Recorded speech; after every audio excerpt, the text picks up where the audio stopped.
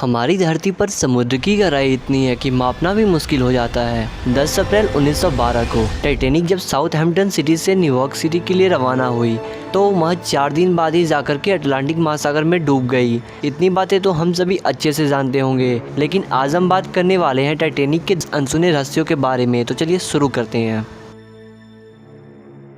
Titanic एक विशालकाय जहाज़ था जिसको बनाने में करीब 15,000 लोग लगे थे और करीब 3 साल का वक्त लगा था। आपने शायद जन्म के बाद कई बार नाव का सफ़र तो ज़रूर ही किया होगा, लेकिन टाइटैनिक के एक सफ़र का पूरा कॉस्ट करीब $10,000 होता था। और ये जहाज़ इतना बड़ा था कि इसमें करीब 3500 लोग आसानी से बैठ सकते थे।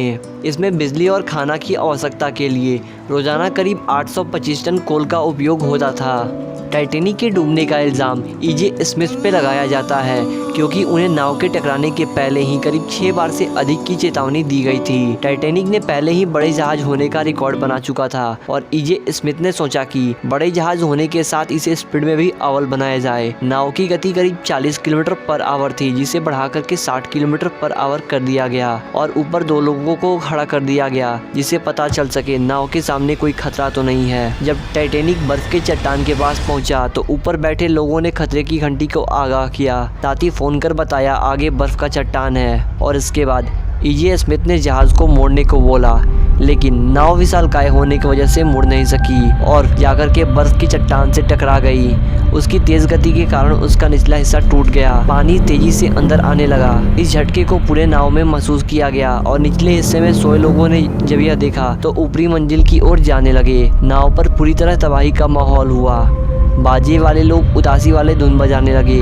नाव धीरे धीरे डूबता गया और 2 टुकड़ों में बढ़ करके डूब गया।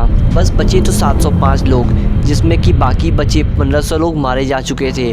अंतिम समय में नाव डूबने के पहले सबसे बड़ा योगदान उनका रहा जो लाइट हाउस को हैंडल कर रहे थे, क्योंकि अंतिम समय तक बिजली घर को उन्होंने नहीं छोड़ा था। टाइटैनिक के डूबने के बाद इसे खोजने की अजीबोगरीब कोशिशें की गईं। जो अमीर लोग थे उन्होंने पैसे देकर के बड़ी कंपनियों को खोजने को बोला, लेकिन 1 सितंबर 1985 को रॉबर्ट ब्लाट द्वारा इसका खोज किया गया। फिर शुरू हुआ इसे निकालने का काम, लेकिन इसे निकालना इतना आसान नहीं था। इसके बाद बहुत सारे रिसर्चरों ने इसके टुकड़ों को जोड़ करके एक वर्चुअल 3D इमेज तैयार किया जिसे समझने में आसानी हो सके, लेकिन फिर भी इसे नहीं निकाला गया, क्योंकि हम सभी जानते हैं पानी में बायोन फोर्स लगता है, जिसमें कि टाइटैनिक का वजन 12,000 टन था। टाइटैनिक जिस जगह पे फंसा था वहाँ पानी का फोर्स इतना ज़्यादा है कि अगर वहाँ 1 स्क्वायर फुट का सामान निकाला जाए तो उसे निकालने में करीब 392 न्यूटन फोर्स लगेगा। साथ ही बड़े जहाज को निकालने में भारी मात्रा में ऊर्जा की खपत होगी। इतने ऊर्जा के उत्पादन में काफ़ी अधिक पैसा लगेगा और उतने पैसे में दूसरी टाइटैनिक आ जाएगी।